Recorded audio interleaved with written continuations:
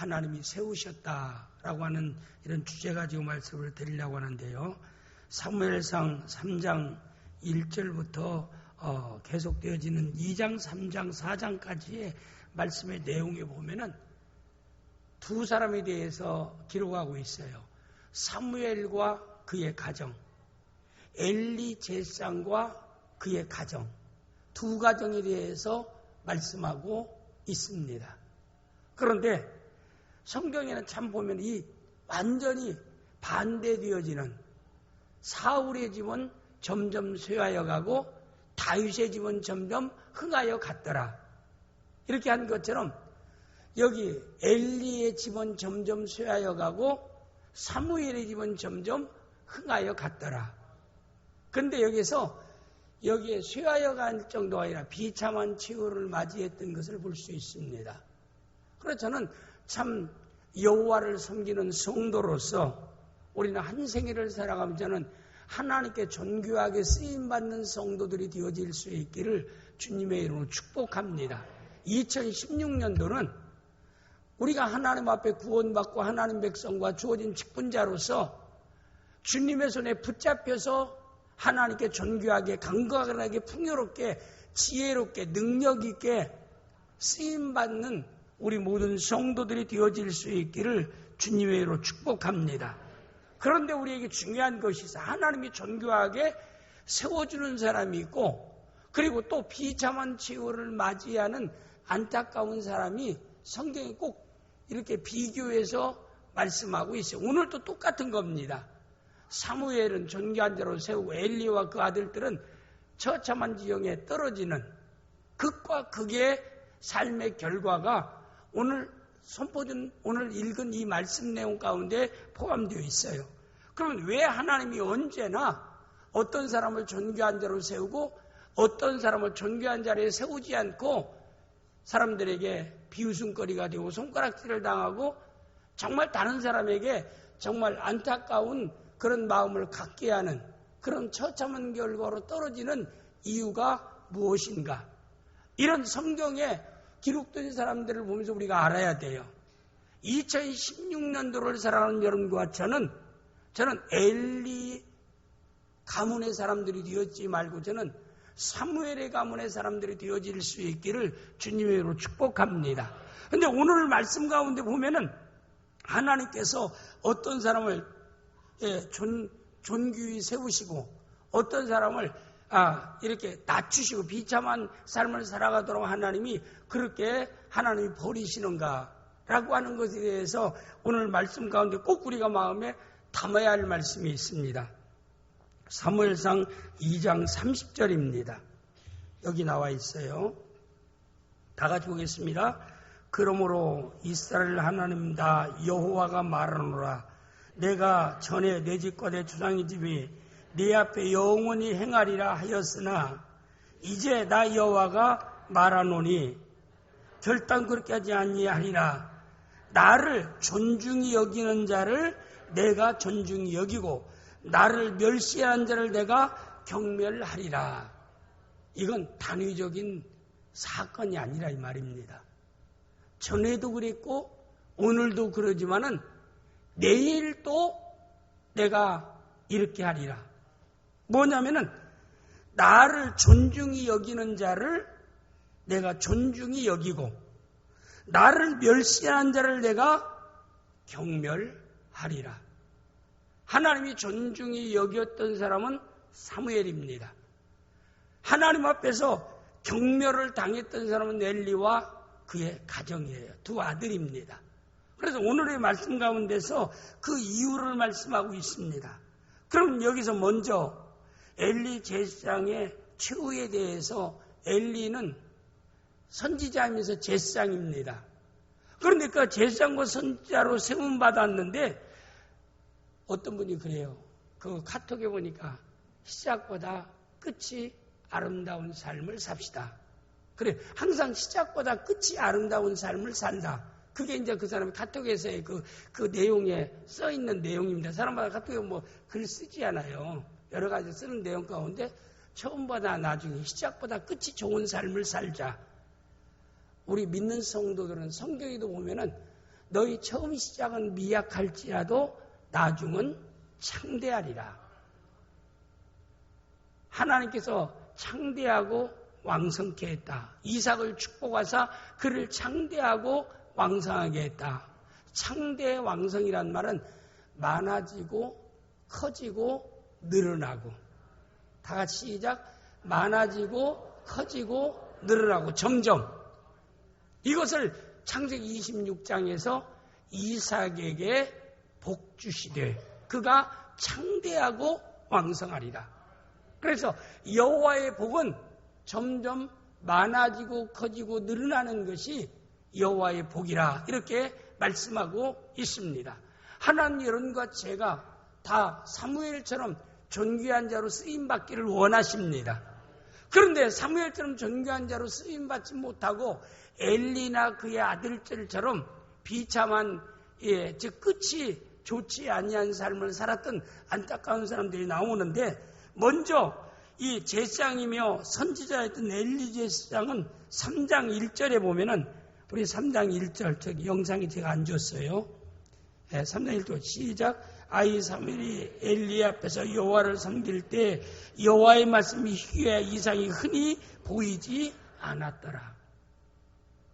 여기서 중요한 것은 사무엘이 하나님 앞에 예언자와 선지자로 세움받기 전에 이미 하나님이 세운 선지자와 예언자 제사장이 엘리 제사장인데 엘리 제사장에게 하나님의 음성이 없었더라.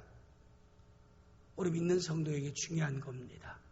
하나님 말씀이 내 귀에 들려지지 않고 하나님 말씀이 내 눈에 들어오지 아니하면요.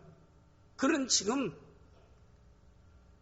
크게 잘못된 성도라 이 말입니다. 우리는 항상 영의 눈이 열려서 하나님을 보아야 되고 영적 교회에서 하나님의 성을 들을 수 있는 자가 되어야 합니다. 본다는 것은 경외한다는 말입니다. 여호와 하나님을 두려워한다는 말입니다. 겁먹는다는 뜻이 아니에요. 하나님 앞에서 성실한 삶을 살아가고 하나님 앞에서 정직한 삶을 살아가고 하나님 앞에서 충성된 삶을 살아가는 것을 얘기하는 이게 경외입니다. 하나님 앞에서 불의와 타협하지 않는 삶을 살았던 요셉처럼 사는 것이 여호와를 경외하는 삶이라 이 말입니다. 그런 삶을 위해서는 먼저 하나님이 보여줘야 돼요. 형체로 보여지는 게 아니라 마음에서 하나님을 보는 것입니다. 그래서 보디발의 아내가 아무도 없다라고 할 때 요셉은 아닙니다. 하나님은 보고 계십니다. 하나님 앞에서 죄를 범할 수 없습니다. 그러니까 똑같은 환경에서 요셉은 하나님이 보였는데 보디발의 아내는 하나님이 보이지 않았더라. 하나님의 음성을 듣는 사람이 믿음은 들음의 사람의 들음은 그리스도의 말씀으로 말미암았다라고 말씀이 내 귀에 들려져야 돼요. 들려진다는 것은 내 마음에 말씀이 자리 잡는 것을 얘기하는 겁니다. 내 생각 속에 하나님 말씀이 자리를 잡고 있는 것. 기도할 때도 말씀 붙잡고 하나님께 기도하는 겁니다. 문제를 해결할 때도 하나님 말씀을 따라서 문제를 해결합니다. 어려움이 있을 때 두려워하지 말라. 내가 너와 함께합니다. 놀라지 말라. 나는 너의 하나님이 됩니다. 내가 너를 굳세게 하리라. 참으로 너를 도와주리라. 나의 의로운 오른손으로 너를 붙들어 주리라. 강하고 담대하라. 내가 너와 함께함이라. 이런 하나님께서 하나님의 수많은 약속의 말씀이 귀에 들려져야 합니다. 예배 드릴 때도요. 설교하는 목사의 말씀이 내 귀에 들려져야 돼요. 그런데 말씀은 듣는데 내 마음에 전혀 담겨지지 않는 것은 말씀이 들려지지 않는 겁니다. 성도가요. 벌써 존귀하게 쓰임받을 사람은 하나님의 음성을 듣는 자예요. 하나님을 보는 자고요. 사무엘은 하나님의 음성을 듣는 자였어요. 어렸지만은 하나님의 음성 사무엘아 사무엘아 하나님께서 말씀하고 그를 통해서 이스라엘 백성과 엘리 제사장이 가정에 내가 너에게 전달한 말을 전달하라. 어린아이입니다. 유치원생과 같은 어린아이인 사무엘은 하나님의 음성을 들었다라고 하는 거. 오늘도 마찬가지예요. 하나님께 존귀하게 쓰임받는 사람의 특징은 하나님의 음성이 들려져야 합니다. 하나님 말씀이 들려져야 됩니다. 로고스의 말씀이 레마의 말씀으로 객관적인 하나님 말씀, 주관적인 나를 향한 말씀으로 들려져야 된다 이 말입니다. 그게 은혜 받은 거예요. 은혜는 뭐예요? 말씀이 내 마음에 자리를 잡고 말씀을 붙잡고 말씀대로 생각하고 말씀대로 말하고 말씀을 따라 행동하는 것이 은혜 받은 사람의 삶의 열매입니다. 엘리 제사장은 하나님 말씀을 듣지를 못했어요. 이게 엘리 제사장이 안타깝게 된 결과이기도 합니다. 그리고 4장 18절 말씀 한번 보겠습니다. 다 같이 시작.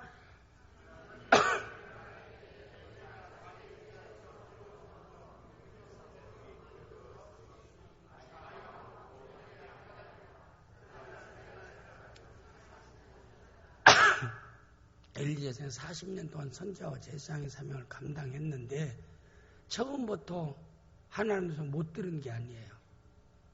선지자로 제사장으로 예언자로 사명을 감당했던 사람입니다. 그런데 끝이 안 좋은 거예요. 나중에 하나님 음성을 자기가 들려지지 않기 시작하고 지금 블레셋과 이스라엘이 지금 전쟁을 하고 있어요. 그런데 이스라엘이 패배를 거듭합니다. 패배하는 이스라엘 사람들이 그때 엘리 제사장의 두 아들 홈리와 비느하스도요 그 전쟁에 부름받고 나갔어요. 그런데 전쟁에 패하니까 이스라엘 그 군인들이 엘리 제사장에 와서 그래요. 전에 이스라엘 백성들이 여리고성을 점령할 때도 법궤를 앞세우고 하루에 한 바퀴 7바퀴 돌고 여호와를 찬양하니까 승리케 했더라. 그러니까 법궤만 앞세우고 싸우면은 우리가 승리할 수 있다. 그러니까 성전에 있는 법궤를 내어달라. 법궤를 지키는 자가 누구예요? 엘리 제사장입니다. 하나님이 엘리 제사장에게 말씀하시기를 블레셋과 이스라엘 전투에서 이스라엘이 참패하고 있으니까 이 지성소에 있는 법궤를 내다가 전쟁터에 앞세우고 나가서 싸우라. 이렇게 하나님 말씀에 따라오면 따라야 되는데 그것도 아닙니다. 하나님 멀리 떠났던 사람들, 불의와 타협했던 사람들, 하나님의 징계를 통해서 블레셋을 통해서 이스라엘을 징계할 그 당시입니다. 하나님이 징계하면 하나님 백성들이 패할 수밖에 없잖아요. 징계받고 있는 상태니까. 전쟁에 패하면 왜 패하는가라고 하는 것을 예언자와 선지자와 제사장이라면 그걸 알아야 됩니다. 하나님의 음성도 듣지 못하고 어떤 사건을 처리할 수 있는 분별력도 전혀 없고 제사장은 백성들의 문제를 해결할 수 있는 자입니다. 예언자는 백성들에게 미래를 말하는 자입니다. 선지자는 하나님 말씀을 백성에게 전달하는 자요. 이와 같은 사역을 감당하고 있는 엘리 제사장이 전혀 자기의 위치에서 자기의 직무를 다하지 못합니다. 군인들이 와서 법궤 내주세요. 근데 법궤를 하나님께 물어보지도 않고 법궤를 내줬어요. 이스라엘 백성들이 법궤만 앞세우고 나가면 법궤가 다 나와서 역사의 줄 승리할 줄 알고 나갔는데요. 그 전쟁에서 참패하고 말았습니다. 그리고 또 한 가지 법궤를 가지고 전쟁하면 엘리 제사장은 성전에서 어떻게 해야 돼요? 기도해야 되는데 밖에 나와서 흔들 의자에 앉아서 흔들흔들 의자에 앉아 좋은 소식이 오겠지. 법궤 가지고 가서 싸우니까 좋은 소식이 오겠지. 우리 기억하세요. 우리가 오늘 또 우리 동사 목사가 아벨과 그 제단을 제물을 연락하신지라 가인과 그 제물을 연락하지 않은지라 하나님께 제사하는 것에 대해서 얘기하는 게 아니라 이미 아벨을 하나님이 받으셨다 이 말입니다. 왜? 믿음을 따라 살기에. 가인은 이미 불신앙적인 삶을 살기에 그를 하나님이 받지 아니했는데 불신앙적인 삶을 사는 사람이 의식 행위 한번 제사를 통해서 하나님께 인정받을 수 있다면은 누가 하나님 백성다운 삶을 살아가겠습니까? 신앙은요, 생활 가운데서 신앙을 증거하는 삶을 살아야 될 줄 믿습니다. 아무리 예배 드릴 때는 천사 같은데 나갈 때부터는 악마로 바뀌어진다라고 생각해 보세요. 당신 기도할 때는 천사 같은데 집만 오면 폭군으로 변한다고 생각해 보세요. 교회에서는 보면 힘들어 웃고 근데 집에 와서 그냥 신경질 내쌌고 그런 걸 본다고 생각해 보세요. 교회에서는 정말 충성스러운 같은데 사람이 부정직하고 또 여러 가지로서 지혜롭지 못한 삶을 산다고 해보세요. 예배도 소중하지만 우리의 삶이 더 소중한 줄을 믿습니다. 생활이 소중한 거예요. 이스라엘 백성들이 하나님의 뜻을 따라 살아가는데도, 믿음을 따라 살아가는데도 아수르에서 히스기야 왕을 위해서 사네립이 공격했던 것처럼 믿음을 따라 사는데도 공격한다면은 히스기야가 어떻게 했어요? 성전에 가서 밤을 새워가면서 하나님께 기도하니까 믿음을 따라 살아가는 이스라엘 백성을 건지기 위해서 어떻게 천사를 동원했어요. 그 한밤에. 천사를 동원해서 아수르의 사네립이 18만 5천 명을 전멸시키는 기적을 하나님이 보이셨습니다. 이건요, 히스기야가 평상시 불신앙적인 삶을 살다가 그날 저녁에 회개하고 항복을 종용하는 편지를 하고 성전에서 밤을 좀 기도했다라고 해서 하나님이 역사하는 게 아니에요. 히스기야가 평상시에 이스라엘 백성이 믿음을 따라 살아갔다라고 하는 것이 소중하다 이 말입니다. 그래서 오늘 또 이 말씀 내용 가운데 엘리 제사장이 하나님의 음성을 듣지도 못하고 또 법궤 내달라고 하니까 법궤를 전쟁 때 내줘버리고 그 법궤 없어 나갈 때 그러면 나갔으면 어떻게 돼요? 성전에 들어가서 기도해야 하는데 밖에서 좋은 소식을 기다리면서 흔들어져 해서 흔들어 앉아 좋은 소식만 기다린다라고 해서 좋은 소식이 들려올 수 있겠느냐 이 말입니다. 그리고 기억해야 돼요. 우리는 우리의 삶을, 우리의 생활을 믿음을 따라 살아가는 성도들이 되어야 될 줄을 믿습니다. 결국에는 그렇게 되어서요. 나중에 사무엘상 4장 17절 말씀 내용이 보면은 소식을 전하는 자가 대답하여 이르되 이스라엘이 블레셋 사람들 앞에서 도망하였고 백성 중에는 큰 살육이 있었고 당신의 두 아들 홈니와 비느하스도 죽임을 당하였고 하나님의 궤는 빼앗겼나이다. 얼마나 안타까운 일입니까? 하나님의 법궤를 블레셋 사람들이 빼앗기고 말았어요. 아니 법궤는 하나님의 지성소 안에 엘리 제사장이 관련 지성소 안에 있어야 할 법궤가 전쟁 때 그걸 앞세우고 나간다라고 그게 뭐 특별히 법궤가 싸워주는 게 아니라 이 말입니다. 여러분과 제가 소중한 것은 예배 소중합니다. 기도 소중합니다. 예배와 기도가 하나님께 연락되고 구원의 능력에서 체험하기 위해서는 뭐가 뒷받침해야 돼요? 우리의 삶이 뒷받침해야 된다 이 말입니다. 그래서 우리가 평상시에 여기서 예배 드리는 것은 훈련하는 거예요. 훈련하는 이유는 실전에서 승리하기 위해서 훈련하는 겁니다. 그렇지 않아요? 훈련을 위한 훈련은 없어요. 저도 주치원에서 훈련 받을 때 보니까 훈련 받을 때 땀 한 방울은 전시에 피 한 방울과 바꿀 수 있게 소중한 것이다. 그런 얘기를 했어요. 군인 가운데 특수부대원들은 훈련을 정말 특수하게 받아요. 그러니까 삼척 같은데 어떤 이 고정 이런 간첩이나 무장 간첩들이 왔을 때도 그들을 제압했던 사람은 일반 부대원들이 아니에요. 특수 훈련 받은 부대원들이 그들을 제압했습니다. 마찬가지예요. 우리가 이렇게 매주일마다 예배하고 기도하고 하는 것은 그만 훈련받는 겁니다. 훈련을 잘 받을수록 실전에서 승리하는 기쁨의 결과가 주어질 줄을 믿습니다. 훈련받는 예배도 소중하지만 훈련을 아무리 잘 받은 실력이 있고 그래도 실전에서 패하는 자가 된다라고 하면은 그 훈련은 그냥 훈련으로 끝나는 거라 이 말입니다. 오늘 여러분께서는 기억해야 돼요.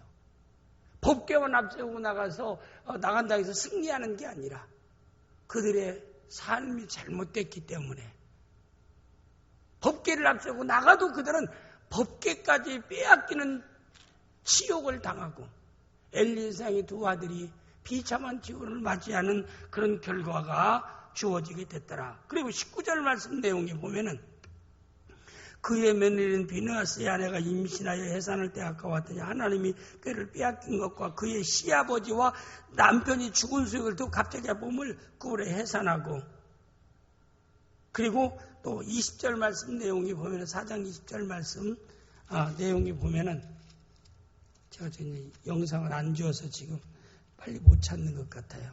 20절로 시작.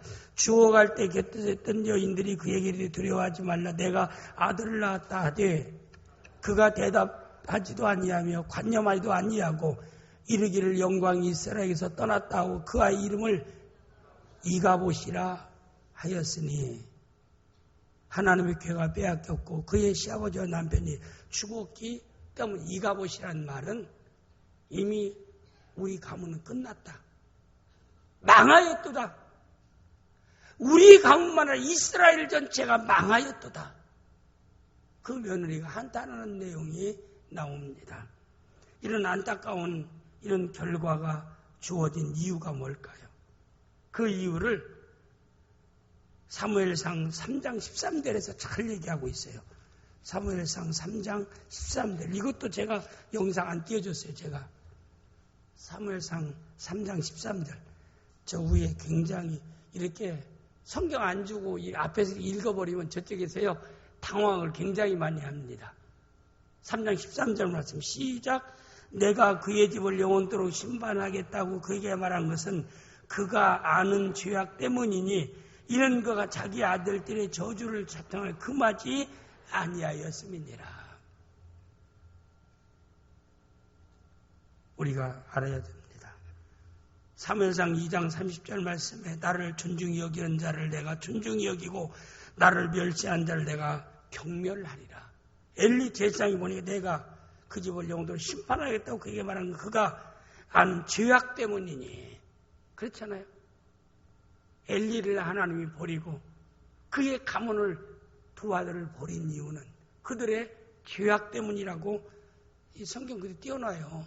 죄악 때문이라고 여기서 말씀하고 있잖아요. 뒤에 3장 13절 지우라고 하지 않으면 계속 띄워놓으라니까. 이는 그가 아들들이 저주를 자청하되 금하지 아니하였습니다. 이 말 들으면은 믿음의 삶을 살지 않는 자녀들 여러분이 어떻게 생각하고 있습니까? 가장 큰 죄가 불신앙죄입니다. 예수 믿지 않는 죄가요 가장 큰 죄예요. 내 자녀들이 분신과 같은 내 자녀들이 구원의 확신이 없다는 사실, 믿음을 따라 살지 않는다는 사실, 이건 밤에 잠이 안 와야 합니다. 요 사람들 자녀가 불신앙적인 삶을 살면 잠이 안 와야 한답니다.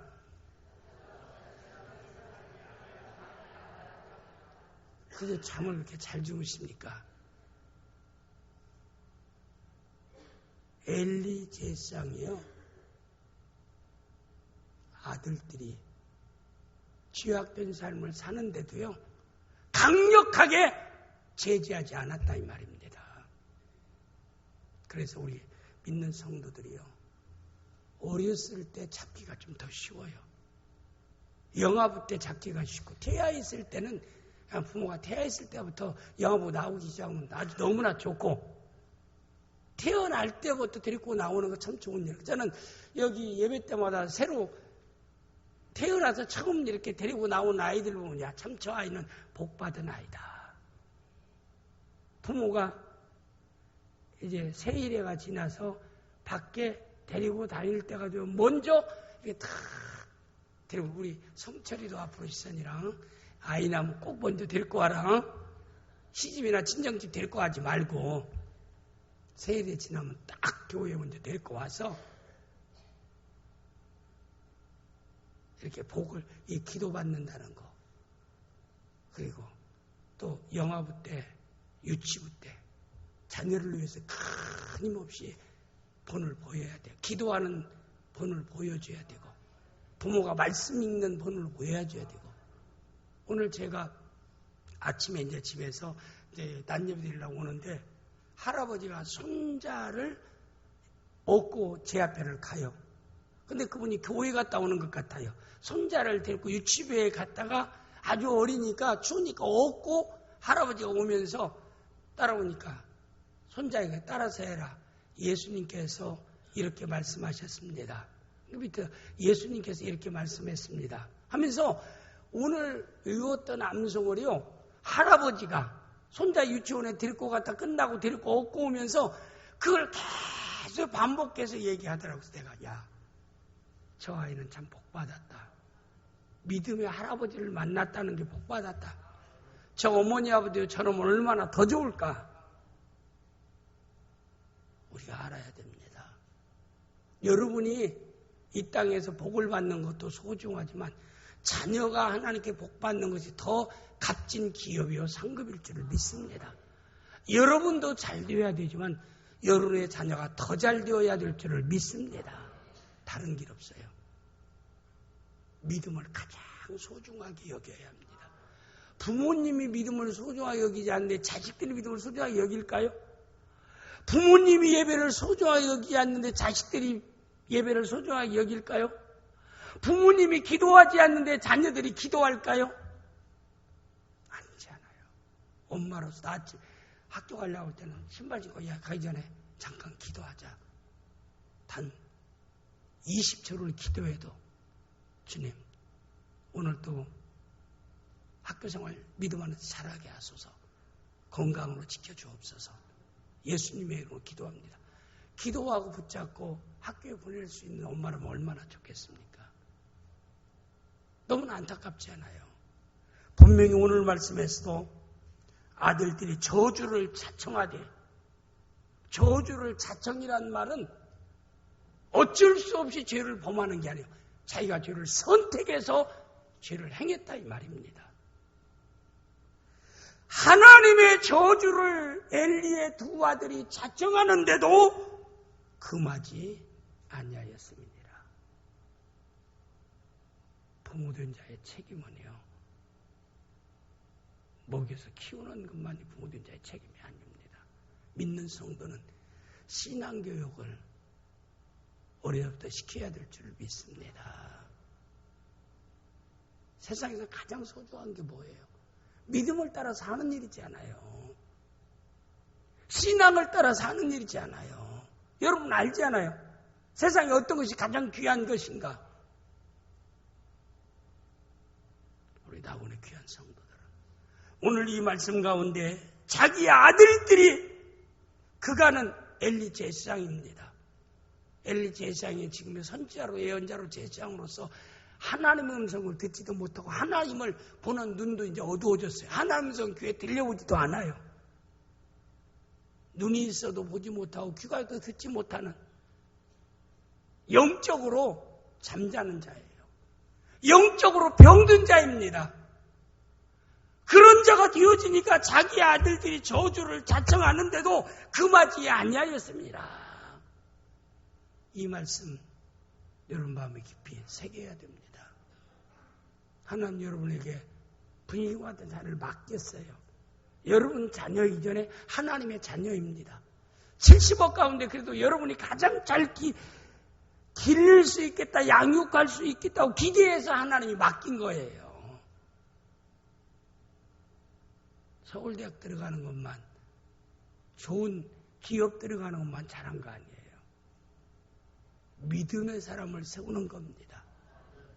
신앙을 유산으로 물려줄 수 있는 부모가 되어야 합니다. 그보다 더 귀한 게 뭐가 있겠습니까? 목사님 나도요. 신앙사 믿음을 따라 신앙으로 사는 거 별로로 여기는데요. 그러게 자식들도 별로로 여기지. 부모 하는 대로 가는 거야. 가재가 자꾸 거꾸로 가면서 야 똑바로 와라. 가재는 자꾸 자기는 거꾸로 가면서 새끼들한테는 똑바로 가라고 얘기한다. 그러면 또 어미 하는 대로만 하는 거예요. 야, 그렇게 가지 말고 똑바로 가라고.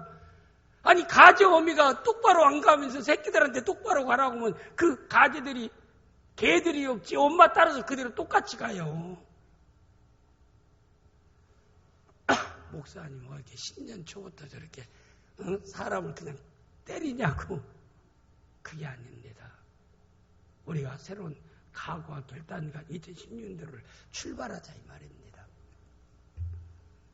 이는 그가 자기 아들이 저주를 찾는 흠하지 아니하였음이니라. 그 자녀들이요 얼마나 저주를 자청하는가 한번 보세요. 2장 12절 보겠어요. 12절부터 17절까지 시작. 엘리 아들들은 행실이 나빠 여호와를 알지 못하였더라. 여러분 생각해보세요. 제사장의 아들이에요. 선지자의 아들이에요. 예언자의 아들이에요. 아니 평신도가 아니에요. 장로님 아들이에요. 권사님의 자녀예요. 집사님의 자녀예요. 아니 그런데 엘리의 아들들은 행실이 나빠 여호와를 알지 못하였더라. 이게 말이 안 되는 일이지 않아요? 그렇지 않아요? 이건 말이 안 되는. 아니 그 사람이 누구예요? 예언자예요. 엘리가 누구예요? 선지자예요.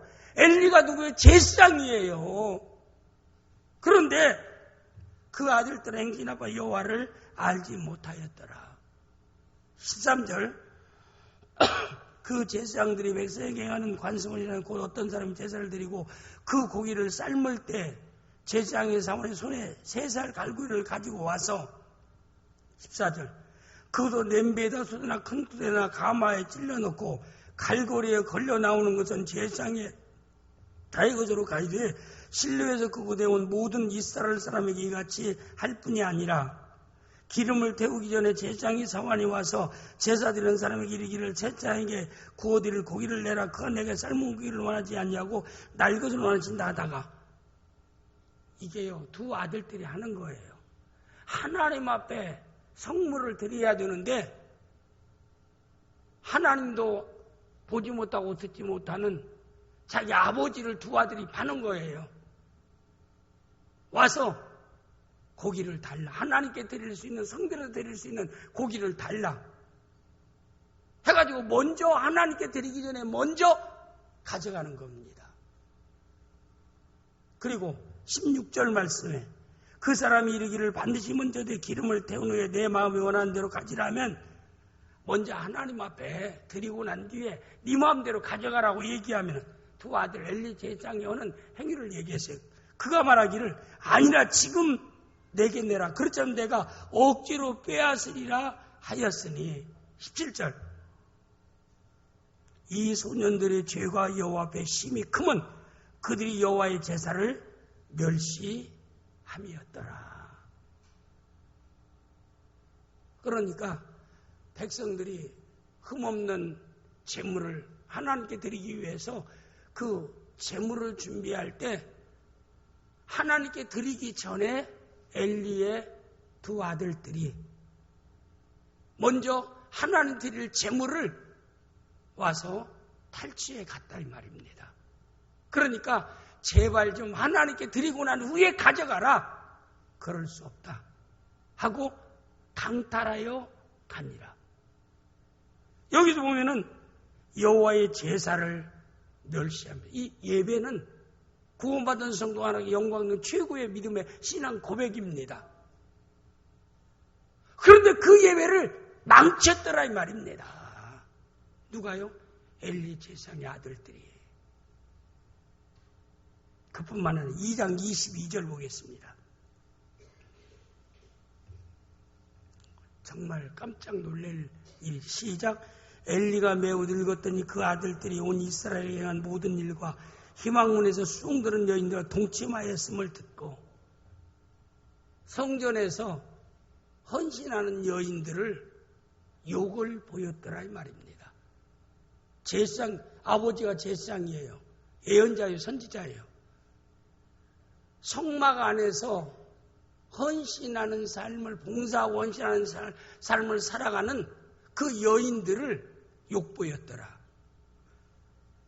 이건 뭐 하나님께 용서받을 수 있는 일입니까?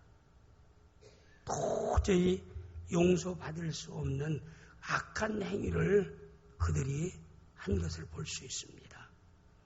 이렇게 되기 때문에 결국 하나님께서 하나님을 멸시하는 자를 하나님이 처참한 결과를 가져왔어요. 하나님의 음성을 듣지 못하고 하나님을 보지 못한 LG에서 하나님의 음성을 보지 못하고 그리고 지금 싸우고 있는데도 성전에서 기도하지 않고 흔들어져야 하는데 흔들흔들하기 시작하고 하나님 듣지도 하나님의 법궤를 전쟁터에 내보내고 자기 아들들이 하나님께 드릴 그 구별된 번제물을 먼저 탈취해가고 또 성막에서 그 헌신하는 여인들을 욕보이고 하나님을 멸시하는 그들을 그 가정을 하나님이 그냥 놔둘 수가 없었더라 이 말입니다. 그래서 하나님이 엘리와 그의 가문을 하나님이 심판하셨더라. 경멸하셨더라 라고 하는 것을 여기서 말씀하고 있습니다. 여기까지는 무거운 말씀이고 좀 무겁지 않는 말씀을 전할까요? 하나님이 존귀한 자로 세움받은 사무엘에 대해서 우리가 한번 먼저 보겠습니다. 사무엘상 3장 10절에서 11절 시작. 여호와께 임하여 서서 전과 같이 사무엘아 사무엘아 부른지라 사무엘이 이르되 말씀하옵소서 주의 종이 듣겠나이다. 사무엘은요 하나님의 음성을 희귀하게 엘리 제사장도 듣지 못하고 백성들이 하나님의 말씀을 듣지 못하는 패역한 시대에서도 하나님의 음성을 들었던 사람이 누구예요? 사무엘입니다. 영안이 열려서 하나님을 보게 되었고 귀가 열려서 하나님의 음성을 듣는 자가 사무엘입니다. 사무엘은 하나님을 존중히 여기는 삶을 살았던 것입니다. 사무엘상 1장 28절 말씀 내용에 보면은 사무엘상 1장 28절 시작. 그러므로 나도 그를 여호와께 드리되 그의 평생을 여호와께 드리나이다 하고 그가 거기서 여호와께 경배하니라. 사무엘의 어머니 한나가 자녀가 없기 때문에 하나님 앞에 아들을 달라고 기도했어요. 그리고 아들을 주시면은 하나님 앞에 드리겠다라고 서원했습니다. 하나님이 아들을 주셨어요. 주시니까 젖을 떼자마자 성전에 아들 사무엘을 성전에 드렸습니다. 그래서 이 성전에서 항상 성전 안에서 그가 하나님의 법궤 안에서 항상 하나님의 음성을 듣는 삶을 살았던 것을 볼 수가 있습니다. 그래서 사무엘이나 사무엘 어머니 한나가 존귀하게 되어진 놀라운 복된 결과는 그가 여호와를 존귀하게 했기 때문에 존귀한 결과가 가져왔고 그건 뭐예요? 그가 하나님 앞에 소원한 것을 먼저 지키는 우선순위에 두었다라고 하는 것을 말씀하고 있는 것입니다. 여러분과 저는 우리가 피곤한 삶이라 할 때 예배를 삶의 우선순위에 두고 사는 성도가 여호와를 존귀케 하는 성도인 줄을 믿습니다. 바쁘고 힘들다 할지라도 행동의 우선순위에 기도를 두고 살아가는 성도가 여호와를 존귀하게 여기는 성도인 줄을 믿습니다. 내가 삶에 경제적으로 궁색해도 11조를 물질 사용의 우선순위에 두고 11조를 믿음으로 드릴 수 있는 성도가 여호와를 존귀하게 여기는 성도인 줄을 믿습니다. 내가 손해보는 것 같고 피해보는 것 같아도 이타적인 삶, 사랑의 삶을 살아가는 대인광의 사랑의 삶을 살아가는 것을 우선순위에 두고 살아가는 성도가 여호와를 존귀하게 하는 삶을 살아가는 성도인 줄을 믿습니다. 삶의 우선순위가 정립된 사람이 한나나 사무엘이었습니다. 아주 어린아이인데도 하나님께 서원한 대로 하나님께 서원을 지키는 것을 가장 삶의 우선순위에 두었습니다.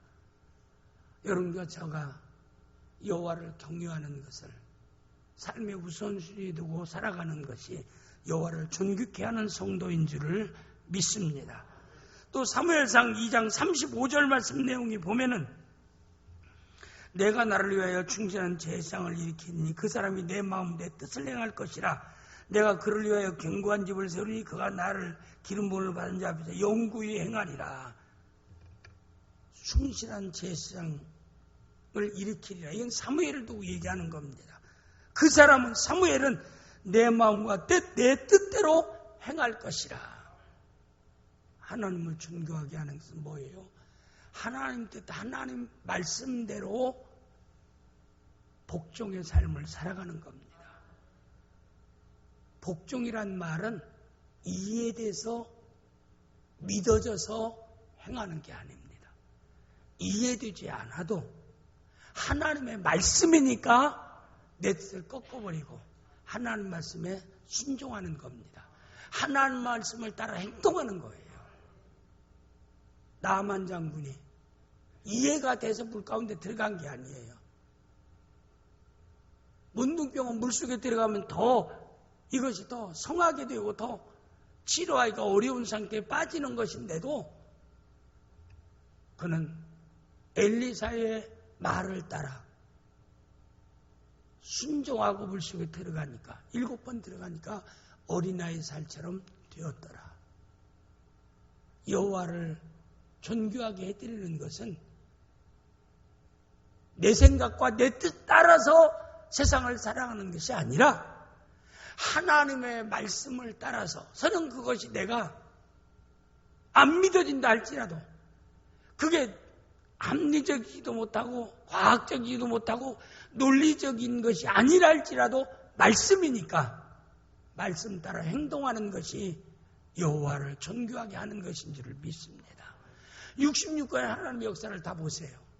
다 하나님을 경외하는데 하나님을 존귀케 하는 사람들은 하나님 말씀에 순복하는 자들이었습니다. 그 다음에 세 번째 사무엘상 3장 3절 4절 말씀 내용에 보면은 하나님이 등불이 아직 꺼지지 아니하였으며 사무엘은 여호와께 있는 여호와의 전 안에 누웠더니 여호와 사무엘을 부르신다. 그가 대답해 내가 여기 있나이다. 하나님을 존귀케 하는 것은요 하나님을 가까이 하는 삶을 얘기하는 겁니다. 오늘 우리가 하나님을 가까이 하는 삶은 뭘까요? 예배를 통해서 하나님을 우리가 가까이 하는 거예요. 사무엘이 집에 있을 때 하나님의 음성을 들었다고 하지 않았어요. 어린아이인데도 법궤가 있는 성전에 누워있을 때 하나님의 음성을 들었다는 거. 우리가 예배에 참석하면 예배에 하나님 말씀이 선포되어지고 하나님 말씀을 가르쳐주는 겁니다.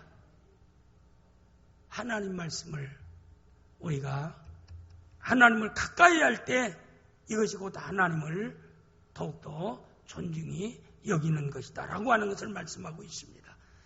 베드로전서 2장 5절 말씀 내용에 보면 결론으로 너희는 산돌같이 신령한 집으로 세워지고 예수 그리스도로 말미암아 하나님을 기쁘시게 하는 받으실 신령한 제사를 드릴 거룩한 제사장이 될지니라. 여러분과 저는 오늘에도 제사장이라는 말은 예수 그리스도로 인하여 하나님께 나아갈 수 있는 자격자란 말입니다. 예수님이 오시기 전까지는 인간 제사장을 통해서 하나님께 나갔지만은 예수님이 오셔서 내 죄를 십자가에서 담당하신 후에는 우리는 예수님 때문에 제사장처럼 하나님께 나갈 수 있는 자가 되어진 줄을 믿습니다. 그렇다라고 얘기하면은 먼저 사무엘이 성전에서 하나님 궤에 있는 장소에서 잠을 자다가 하나님의 음성을 들은 것처럼 여러분의 삶에 항상 하나님께 정한 예배 시간에는 꼭 예배 장소에 와서 하나님의 음성을 듣는 귀한 성도가 되어서 더욱더 하나님께 존귀하게 쓰임받는 우리 모든 성도들이 되어질 수 있기를 주님의 이름으로 축복합니다. 기도하겠습니다.